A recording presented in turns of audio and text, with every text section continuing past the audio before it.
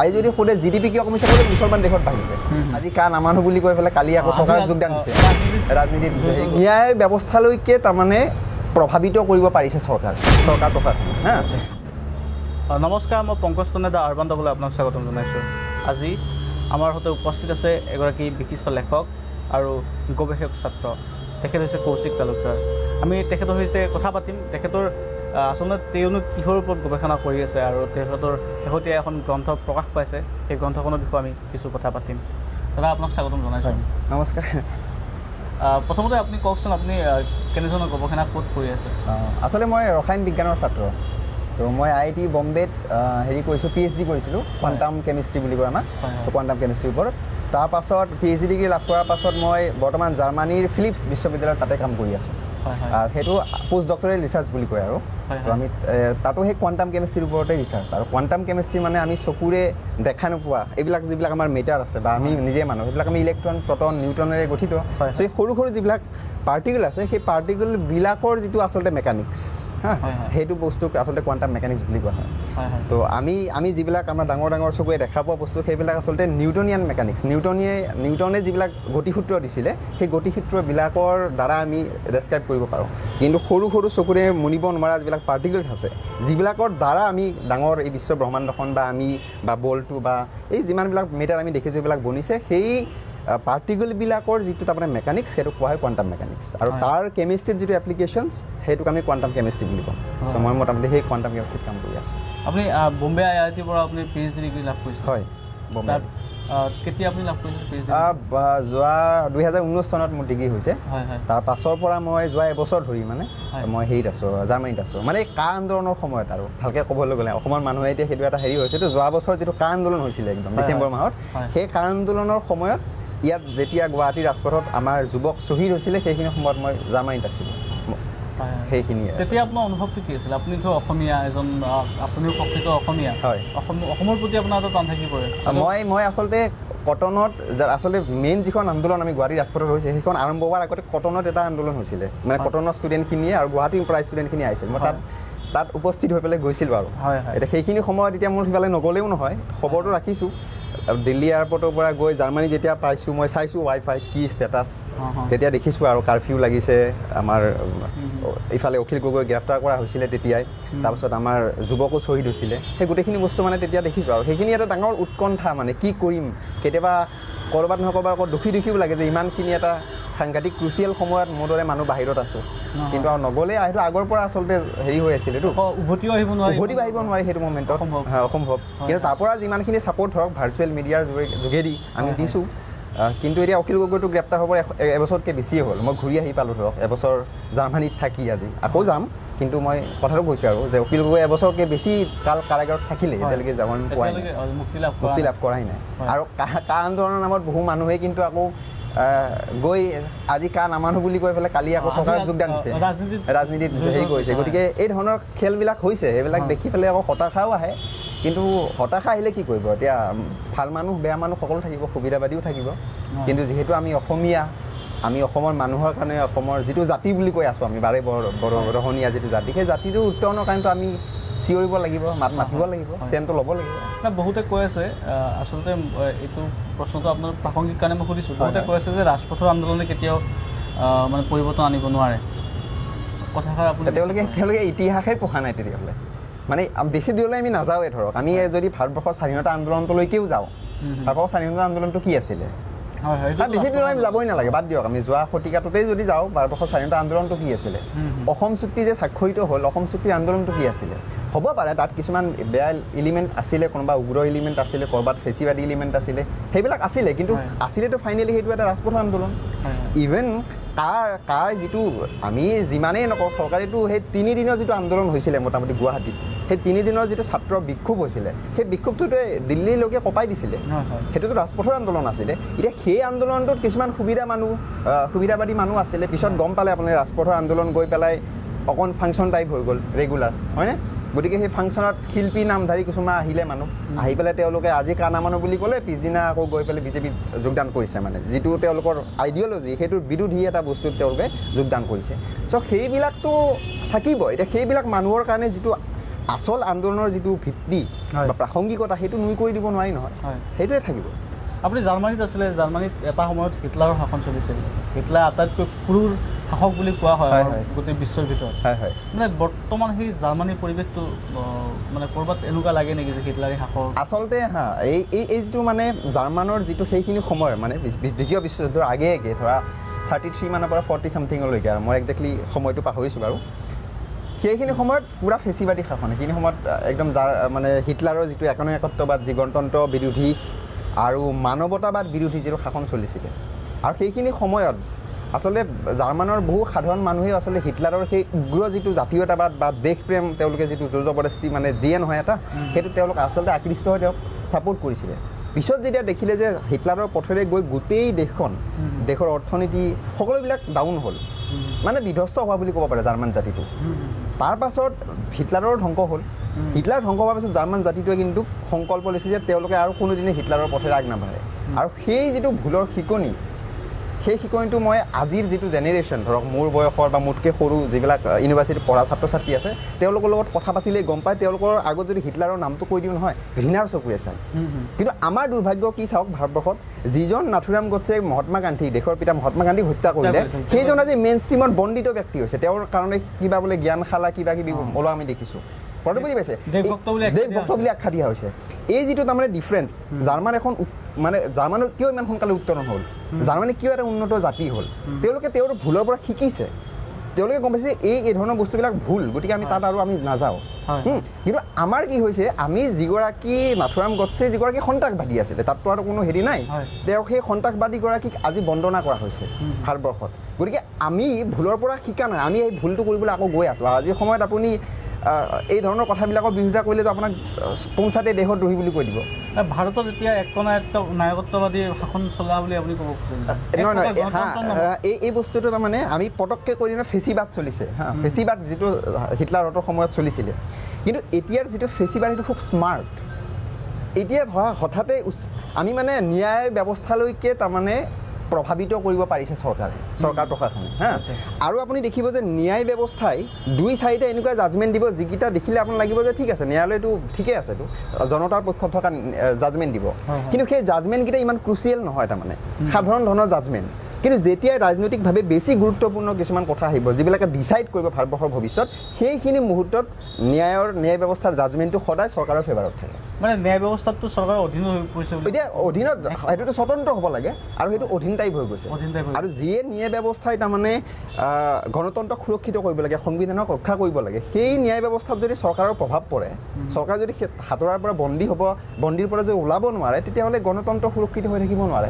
এইখিনিতে আৰু এটা কথা, বহুতে মানে যিটো ন্যায় ব্যৱস্থাৰ কথাটো কোৱা গৈছে, যিটো একপক্ষীয় হোৱা বুলি বিভিন্নজনে অভিযোগ কৰি আছে। বিশেষকৈ অযোধ্যা যি ভূমি বিবাদ ৰায়দান কৰিছিলে উচ্চতম ন্যায়ালয়ে, আমাৰ তেতিয়াৰ মুখ্য ন্যায়াধীশ অসম সন্তান ৰঞ্জন গগৈৰ নেতৃত্বত, তাৰপিছত মানে এই বিষয়টো অধিক মানে উত্থাপন হৈছিলে, মুছলমান সমাজে বেছিকৈ উত্থাপন কৰিছিলে যে উচ্চতম ন্যায়ালয়ে মানে একপক্ষীয়ভাৱে ৰায়দান কৰিছে। কথাষাৰ আপুনি কিদৰে ভাবিব? আচ্ছা, এই ধৰণৰ কথাবিলাকত মই একজেক্টলি একপক্ষীয় বুলি ক'ব নোৱাৰোঁ, কিন্তু তাত কাৰণ মই ধৰক খুব লৰ এক্সপাৰ্ট নহয়, কিন্তু ইয়াৰ যিবিলাক মানে হৈছে মানে ইতিহাসে ঢুকি নোপোৱা, বিজ্ঞানে ঢুকি নোপোৱা কিছুমান দাবীৰ ভিত্তিত জাজমেণ্টটো কৰা হৈছে। তাৰ পাছত তেওঁলোকৰ কম্পেনচেশ্যন হিচাপে বেলেগত ভূমি দিয়া হৈছে বা কিবা দিয়া হৈছে। সেইটো এতিয়া মুছলমান সমাজে আঁকোৱালি লৈছে নাই লোৱা, সেইটো এটা বেলেগ প্ৰসংগ। মোৰ আটাইতকৈ ইম্পৰ্টেণ্ট প্ৰসংগটো হ'ল যে আমি এইখিনি সময়ত মন্দিৰ মছজিদত তাৰমানে লাগি থাকিব নোৱাৰোঁ। আমি লাগিব ডাঙৰ চিকিৎসালয়, ডাঙৰ শিক্ষানুষ্ঠান, গৱেষণাগাৰ, তাতে এতিয়া মূৰ্তি নিৰ্মাণত আমি মন্দিৰ মছজিদৰ পলিটিক্সত নাই। সেইটো কাৰণে মন্দিৰ আছিল নে মছজিদ আছিল, যিয়েই নাছিল, বাবৰি মছজিদ ধ্বংস কৰা হৈছিল, আৰু সেইটো এটা ডাঙৰ ক্ৰাইম, মানে মোৰ দৃষ্টিত ক্ৰাইম। সেইটো উচ্চতম ন্যায়ালয়ৰ দৃষ্টিত ক্ৰাইম নহ'ব পাৰে, মই নাজানো উচ্চতম ন্যায়ালয়ে আজিকালি কি ধৰণে চায়, কিন্তু মোৰ দৃষ্টিত ক্ৰাইম। আৰু সেইটো গোটেই বিশ্ববাসীৰ যি সভ্য সমাজ আছে, সভ্য সমাজে সেইটো ক্ৰাইম বুলি কয়। গতিকে সেই ফালৰ পৰা সেইটো এটা ডাঙৰ ক্ৰাইম, আৰু তাৰ কোনো মই মানে জাষ্টিচ হোৱা বুলি ক'ব নোৱাৰোঁ। কাৰণ ৰিচেণ্টলি যিটো জাজমেণ্ট দিলে, সেইটো মানে যিসকলে উত্তেজিত কৰি পেলাই সেই বাবৰি মছজিদ ডিমলিশ্যনত মানে উত্তেজিত ভাষণ দি পেলাই এটা কেটলিষ্ট হিচাপে কাম কৰিছিল, তেওঁলোকক এতিয়া দোষমুক্ত বুলি ঘোষণা কৰা হৈছে। মানে মানে এনেকুৱা হৈছে তেওঁলোকে ভাষণ দি আছে, সেই ভাষণৰ ভাইব্ৰেশ্যনত গৈ পেলাই বাবৰি মছজিদ নিজে নিজে সৰি পৰিছে। তাৰমানে এনেকুৱা ধৰণৰ এটা তাৰমানে আউটকাম আমি দেখা পাইছোঁ। যদি সেইটো হয় তেতিয়াহ'লেতো এইবিলাকতো আৰু একদম ভিত্তিহীন অবৈজ্ঞানিক কথা, গতিকে সেইবিলাকতো আৰু ছাপোৰ্ট কৰাৰ কথা নাই। গতিকে মোৰ দৃষ্টিত বাবৰি মছজিদ ডিমলিউশ্যন এটা ক্ৰাইম, আৰু এখন ভাৰতবৰ্ষৰ নাগৰিক হিচাপে, সেই সভ্য নাগৰিক হিচাপে মই সেইটোত লাজ পাওঁ, আৰু সেইটো কাৰণে মই সেই সমাজৰ ওচৰত, মুছলমান সমাজৰ ওচৰত মই ক্ষমা বিচাৰোঁ যে এজন ভাৰতীয় হৈ পেলাই আমি তাৰ আচলতে ন্যায় আপোনালোকক দিব নোৱাৰিলোঁ। কিন্তু দ্বিতীয় কথাটো হ'ল আমি মন্দিৰ মছজিদৰ ৰাজনীতিত থকাতকৈ আপোনালোকক হিন্দুৱে হওক মুছলমানে হওক আমি এই বস্তুটো আহ্বান জনাম যে আপোনালোকে অকণমান প্ৰগতিশীল ফালে আহক। চিকিৎসালয় লাগিব আমাক, আজি কৰোণা আহিছে, আমাকতো মন্দিৰ মছজিদে বচোৱা নাই, আমাক বচাইছে চিকিৎসা বিজ্ঞানে। আমি পঢ়িব লাগিব ভালকৈ, আমি ভালকৈ গৱেষণাগাৰ আমি ল'ব লাগিব যে ভাইৰাছৰ যিটো ভেকচিন উলিয়াইছে সেইটো বিজ্ঞানীসকলে উলিয়াইছে, গৱেষণাগাৰত উলিয়াইছে। যদি আমাৰ গৱেষণাগাৰ নাথাকে, মন্দিৰ মছজিদত পূজা কৰি থাকিলেতো আৰু ভেকচিনটো নাহে। চ' এই সাধাৰণ কথাখিনি আমি বুজি পেলাই আমি সেইফালে যাব লাগিব। আমাৰ তাৰমানে নতুন জেনেৰেশ্যনটো সেই ৰাজনীতিটোৰ ফালে যাব লাগিব। যদি আমি এতিয়া মন্দিৰ মছজিদত লাগি থাকোঁ তেতিয়াহ'লে খুব আমি মানে যিটো ফালে আমি তললৈতো গৈছোঁ, ইতিমধ্যে গম পাইছোঁ আমাৰ GDP মাইনাছত গুচি গৈছে, কিমান তললৈ গৈছে আমি গম পাই গৈছোঁ, আৰু আমি তললৈ যাম। তাৰমানে মুছলমানৰ কথা উত্থাপন হ'লে অসমত বিশেষকৈ এটা প্ৰসংগ প্ৰায় উত্থাপন হৈছে, বিশেষকৈ হিন্দুত্ববাদী নেতাসকলে প্ৰায় মানে কথাষাৰ কয় মুছলমানৰ লগত যে মুছলমানে লাভ জেহাদ চলাই আছে অসমত। মানে কথাষাৰ আপুনি কিমান দূৰ ভাবিব? মানে এগৰাকী মহিলা, মানে হিন্দু মহিলা যদি প্ৰেমজনিত কাৰণত, প্ৰেমত পৰি যদি মুছলমান যুৱক এজনৰ লগত বিবাহ পাশত আবদ্ধ হয়, তেওঁ যদি মুছলমান ধৰ্ম গ্ৰহণ কৰে, ধৰ্মান্তৰিত হয় এক প্ৰকাৰ, তেন্তে তেওঁ কি লাভ জেহাদৰ বলি হোৱা বুলি ক'ব পাৰি নেকি?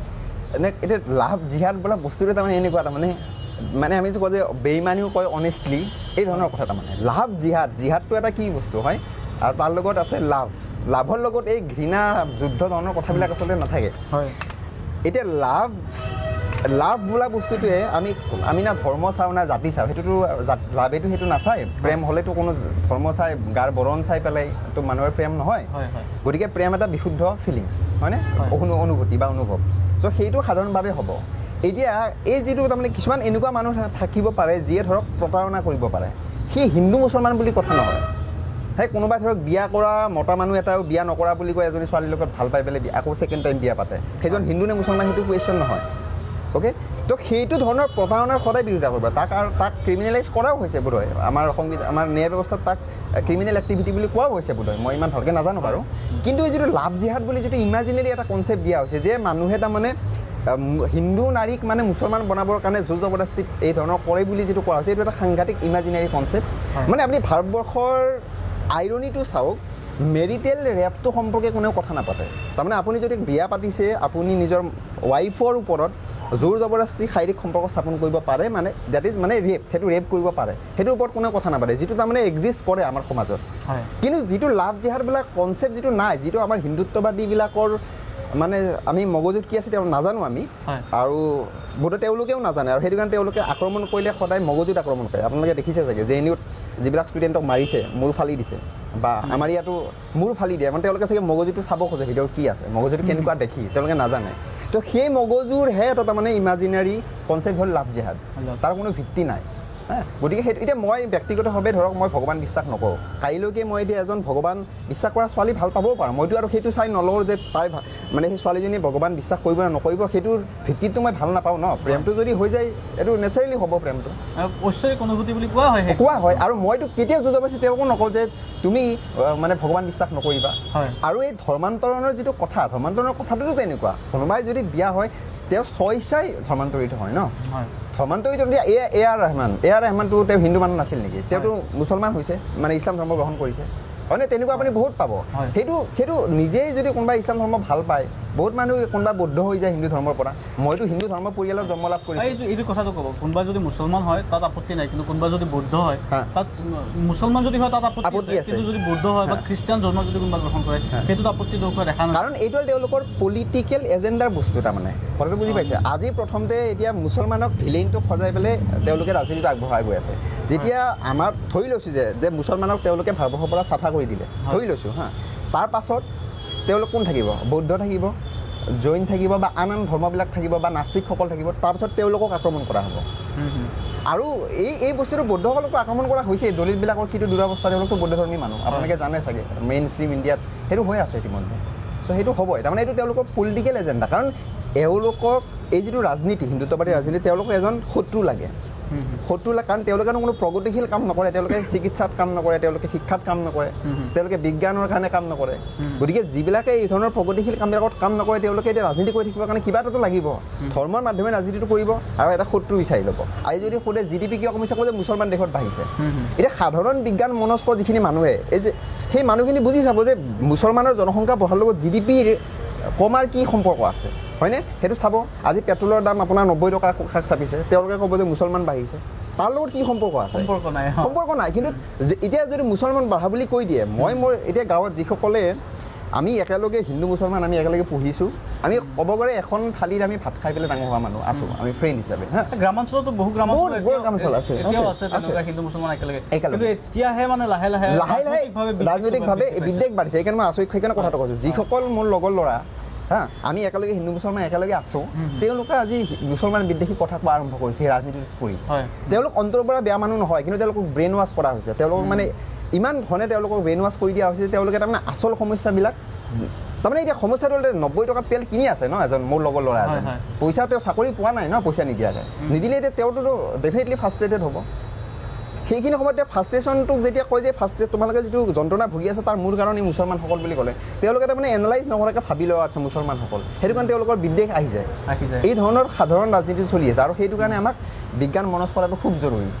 এই যে আপুনি ক'লে কিতাপ এখন কৈছে, সেই কিতাপখন মই সেইকাৰণে লিখিছোঁ যে সমাজ আৰু আমাৰ বিজ্ঞান এই বস্তুটোক ৰিলেট কৰিব লাগে। বিজ্ঞান এটা বেলেগ বস্তু, বেলেগ গ্ৰহৰ বস্তু নহয়, আমাৰ সমাজৰ বস্তু।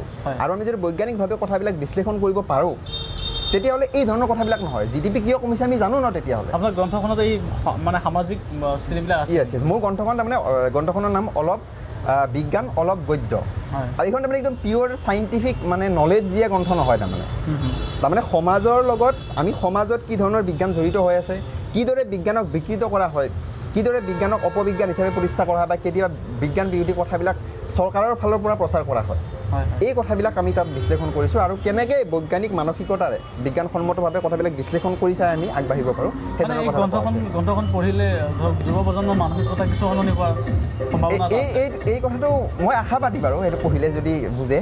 এইবিলাক আচলতে মই আগতে লিখিছিলোঁ, আমাৰ অসমত মই আৰ্টিকেল যিবিলাক লিখিছিলোঁ সেই মেক্সিমাম আৰ্টিকেল তাত অলৰেডি প্ৰকাশ হৈছে, বহুত কিছুমান নতুন আৰ্টিকেলো বাৰু আছে কিতাপখনত। চ' সেইবিলাক তেতিয়া কিন্তু বহুত মানুহে ভাল ৰেছপন্সেই দিছিলে, তেওঁলোকে সেই কথাটো বুজিছিলে।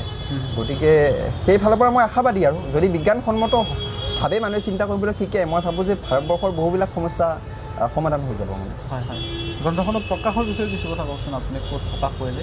প্ৰকাশ মানে আমি ব্ৰহ্মপুত্ৰখন আচলতে 500জনৰ প্ৰকাশনে কৰিছে, কিন্তু পৰিৱেশক ব্ৰহ্মপুত্ৰ বুকছ এণ্ড পাব্লিকেশ্যনছ, মোৰ বন্ধু আচলতে সুব্ৰত তালুকদাৰে সেই কামটো কৰি দিছে। সেইটো হঠাতে আচলতে প্লেন কৰা হ'ল। মই ইয়াৰ আগতে ভাবিছিলোঁ ই-বুক কৰিম মানে, কাৰণ ফ্ৰীলি ডিষ্ট্ৰিবিউট যাতে হ'ব পাৰে, কাৰণ বহুত মানুহে আমি কিতাপ পঢ়িব খুজিলেও টকা পইচাৰ অভাৱত বহুত মানে কিনিব নোৱাৰে। মই সেইটো কথা ভাবিছিলোঁ। তাৰপাছত কিবা কিবি হৈ পেলাই ফাইনেলি কোৱা গ'ল যে এইটো বনাই দিয়া যাওক মানে এনেকৈ হাৰ্ড কপিয়ে, তেনেকৈহে মানে মই পাব্লিছ কৰাৰ কথা ভাবিলোঁ। আপোনাৰ ব্যক্তিগত জীৱনৰ বিষয়ে কিছু কথা কওক। আপোনাৰ জন্ম মোৰ ঘৰ আচলতে মই জন্ম লাভ কৰিছিলোঁ কামৰূপ জিলাৰ ক্ষুদ্ৰ হাজোৰা গাঁও বুলি কয়, ক্ষুদ্ৰ হাজোৰা গাঁৱত। আৰু বৰ্তমান মই কিন্তু বাসিন্দা হয় ভোমলাহাটী গাঁৱৰ। ভোমলাহাটী গাঁও আকৌ জালুকবাৰী সমষ্টি, জালুকবাৰী সমষ্টিৰ ডক্টৰ হিমন্ত বিশ্ব শৰ্মাৰ সমষ্টি, সেইকাৰণে অসমৰ মানুহে জানিবই আৰু জালুকবাৰী সমষ্টি। তো সেই জালুকবাৰী সমষ্টিৰ বৰ্তমান মই বাসিন্দা, কিন্তু মই বৰ্তমান এতিয়া আছোঁ ধৰক জাৰ্মানীত, আৰু যিহেতু মই তাত পষ্ট ডক কৰি আছোঁ। এতিয়া মই সেই এমাহৰ কাৰণে আহিছোঁ, এই বন্ধত আকৌ বিহুৰ পাছত আকৌ যাম। আমাৰ গৱেষণা কেতিয়া সম্পূৰ্ণ হ'ব? গৱেষণা এতিয়া সম্পূৰ্ণ কেতিয়া হ'ব, গৱেষণাটো আচলতে কণ্টিনিউ কৰি গৈ থাকিব পাৰি আৰু নমৰালৈকে। কিন্তু কথাটো হ'ল কি, মই তাত আৰু কৈ থাকিব তেনেকৈ খোজা নাই, যিহেতু আমি আৰু অসমৰ বোকা পানীত ডাঙৰ হোৱা মানুহ, গতিকে আমাৰ ইয়াৰ হাৱা পানী ভাল লাগে। সেইটো কাৰণে মই জবৰদস্তি মানে ইয়ালৈ আহিব বিচাৰি আছোঁ। এতিয়া ইয়াত যদি ক'ৰবাত কিবা সুবিধা হয় ধৰক, তেতিয়া মই সোনকালে আহি যাম। আহি ইয়াতে হয়তো গৱেষণা আৰম্ভ কৰিব লাগিব। আৰু মোৰ শিক্ষকতা কৰাত মোৰ খুব বেছি আগ্ৰহ আছে, গতিকে শিক্ষকতাত মই জইন কৰাৰ কথা ইয়াত ভাবি আছোঁ। তাৰ লগে লগে অকণমান গৱেষণা চলি থাকিব। আৰু জাৰ্মানীত আপোনাৰ লগতে অসমীয়া ল'ৰা আছেনে? অসমীয়া ল'ৰা তেনেকৈ নাই, মানে জাৰ্মানীত আছে, মোৰ ইউনিভাৰ্চিটিখনত তেনেকৈ নাই। কিন্তু মোৰ ইউনিভাৰ্চিটিখন ৰিচেণ্টলি এগৰাকী অসমীয়া ছোৱালী গৈছে PhD কাৰণে, বায়'লজিত। এনেই মই বাকী অসমীয়া মোৰ ইউনিভাৰ্চিটিত লগ পোৱা নাই, কিন্তু জাৰ্মানীত আছে, অসমীয়া মানুহ আছে জাৰ্মানীত। শেষত আমি অনুষ্ঠানটো সামৰিম আৰু তাৰ আগতে এটা আপোনাৰ অসমৰ ভাৰতৰ ৰাজনীতি আৰু জাৰ্মানীৰ ৰাজনীতিৰ মাজত তফাৎ আপুনি কি দেখে, সেই কথাটো আপোনাক অকণমান জানিব বিচাৰোঁ। তেওঁলোকৰ এক অৰ্থত ক'ব গ'লে তেওঁলোকৰ ৰাজনীতি সঁচা অৰ্থত গণতান্ত্ৰিক আৰু প্ৰগতিশীল, আৰু বহুত মানুহে আমাৰ ইয়াত কৈ থাকে ন যে ইউৰোপৰ হেৰিবিলাক ৰাষ্ট্ৰবিলাক পূৰা পুঁজিবাদী ৰাষ্ট্ৰ পূৰা কেপিটেলিষ্ট ৰাষ্ট্ৰ বুলি কৈ থাকে নহয় কেপিটেলিষ্ট হয় কিন্তু তেওঁলোকে খুব বহুত বেছি ছ'চিয়েলিষ্ট মানে ইকনমিক পলিচিবিলাক ইমপ্লিমেণ্ট কৰে তেওঁলোকে আৰু দ্বিতীয়টো কথা হ'ল তেওঁলোকৰ অনেষ্টিটো ভাল মানে অনেষ্টিটো বেছি আমাৰ ভাৰতবৰ্ষতকৈ মই এতিয়া উদাহৰণ এটা দিওঁ জাৰ্মানীৰ এতিয়া যিগৰাকী ৰাষ্ট্ৰপ্ৰধান তেখেত নিজে এগৰাকী চাইণ্টিষ্ট তেওঁ সেই মোৰ দৰে কোৱাণ্টাম কেমিষ্ট্ৰিত কাম কৰিছিল থিয়ৰিটিকেল কেমিষ্ট আছিলে তেওঁ মানে চাইণ্টিষ্ট আছিলে তাৰপাছত তেখেতে গৈ পেলাই এতিয়া ৰাষ্ট্ৰপ্ৰধান যেতিয়াই কৰোণা সংক্ৰান্তত যেতিয়া লকডাউনৰ কাৰণে ব্যৱস্থা কৰিব লগা হৈছিলে বা কিবা কিবি যেতিয়া নীতি ঘোষণা কৰিব লগা হৈছিলে তেওঁ তেতিয়া হঠাতে আহি পেলাই কোৱা নাই আৰু আজি ৰাতি 12টা বজাৰ পৰা অমুক কৰি দিম বুলি তেওঁ বিভিন্ন তাৰমানে বিশেষজ্ঞসকলত আলোচনা কৰি লৈছে কৰি লৈ ধৰক যদি লকডাউন দিব লগা হয় তেতিয়াহ'লে 4-5 দিন আগতে কৈছে যে অমুক তাৰিখৰ পৰা লকডাউন হ'ব আপোনালোকে এইখিনি নিয়ম পালন কৰিব তাৰমানে এইটো কিমান ডাঙৰ তফাত যে এগৰাকী নিজেই ইমান ডাঙৰ চাইণ্টিষ্ট তেওঁ কৰোণা কি বুজি পায় কি কৰিব লাগে চব বুজি পায় তাৰ পাছতো তেওঁ কিন্তু বিজ্ঞানীসকলৰ লগত আলোচনা কৰি সামূহিকভাৱে এটা গণতান্ত্ৰিক পদ্ধতিৰে তেওঁ কথাটো আলোচনা কৰি কৈছে জনসাধাৰণক কিন্তু ক'বলৈ গ'লে আপোনাৰ যিখন দেশৰ ৰাষ্ট্ৰপ্ৰধানগৰাকী বিজ্ঞানত বিশ্বাস কৰে তে সেইখন দেশতো উন্নতি হ'বই আৰু য'ত আমাৰ মছজিদক বিশ্বাস কৰে তাততো আৰু ৰাষ্ট্ৰপ্ৰধানে সমস্যা হ'ব থাকিবই আৰু সহজ ভাষাত কয় আৰু তেওঁলোকৰ আমাৰ শাসকসকলে বিজ্ঞান মনস্কতা নাই আপোনালোকে জানে এই কৰোণা আহোঁতে কোনোবাই কৈছে গোবৰ খালে ভাল হয় কোনোবাই কৈছে গৰুমূত্ৰ খালে ভাল হয় কোনোবাই কৈছে ৰাম মন্দিৰ হ'লে বোলে ভাল হ'ব এতিয়া ভাল হৈছে নাই এতিয়াতো আপোনালোকে টেষ্ট কৰাই বাদ দিছে কৰোণাই অসমততো কৰোণাৰ টেষ্ট কিমান কমি গৈছে আপোনালোকে জানে সেইকাৰণে এতিয়া কৰোণা কিমান বাঢ়িছে মানুহ নাজানে কাৰণ ইলেকশ্যন আহি আছেতো কথাটো বুজি পাইছে এইবিলাক গোটেই ৰাজনীতিকৰণ কৰি পেলোৱা হৈছে তাৰমানে মই ব্যক্তিগতভাৱে মই জাৰ্মানীৰ পৰা যেতিয়া আহি আছোঁ একদম মাস্ক চাস্ক পিন্ধি মই ভয়ে আহি আছোঁ ক'ৰবাত কৰোণা লাগিব গুৱাহাটী এয়াৰপৰ্টত ভৰি দি দেখিছোঁ যিকেইগৰাকীয়ে মোৰ ডকুমেণ্ট চেক কৰিব তেওঁলোকে মাস্ক পিন্ধা নাই আজি ধৰক আমি এতিয়া মাস্ক নিপিন্ধাকৈ বহিছোঁ কাৰণ ইয়াত নৰ্মেলাইজ মাস্ক নিপিন্ধাটো মই সেই জাষ্ট এটা এক্সাম্পল দি আছোঁ যে মই জাৰ্মানীৰ পৰা আহি আছোঁ মাস্ক পিন্ধি হাতত চেনিটাইজাৰ লৈ পেলাই কিমান ভয়ে যদি গুৱাহাটী এয়াৰপৰ্ট পাইছোঁ চেক কৰিব লৈছে তেওঁলোকৰ সেই সতৰ্কতাটো নাই কৰে বুজি পাইছে অকল ইয়াত ৰাষ্ট্ৰপ্ৰধান বা চৰকাৰৰে হেৰি নহয় আমি এজ এ হ'ল গোটেই নাগৰিকসকল আচলতে চৰকাৰ পাতে কোনে আমিতো পাতোঁ আমি যদি মন্দিৰৰ নামত ভোট দিওঁ তেতিয়াহ'লে আমি তেনেকুৱা ৰজা নাপাই পেলাই আমি কেনেকুৱা ৰজা পাম আমি যদি শিক্ষাৰ নামত ভোট দিওঁ আমি চিকিৎসাৰ নামত ভোট দিওঁ আমি যদি বিজ্ঞানৰ নামত ভোট দিওঁ তেতিয়াহ'লে আমি ভাল মানুহ পাম কথাটো সিমানেই এইটো সাধাৰণ কথা সিমানে সেইটোৱে আৰু সমস্যা ধন্যবাদ দাদা আপুনি ইমানখিনি সময় আমাক দিয়াৰ বাবে হয় সঁচাকৈ বিজ্ঞান যদি লাগে বিজ্ঞান যদি থাকে বিজ্ঞানে উন্নতি সাধন কৰে আৰু আমাৰ মন্দিৰ মছজিদৰ এইবিলাক বিতৰ্কই আমাক তললৈহে নি থাকিব গতিকে বিজ্ঞানৰ প্ৰতি গুৰুত্ব দিয়ক আগ্ৰহী হওক তাকে কামনা কৰিছোঁ দা আৰবান্তকৰ পৰা বিদায় লৈছোঁ ধন্যবাদ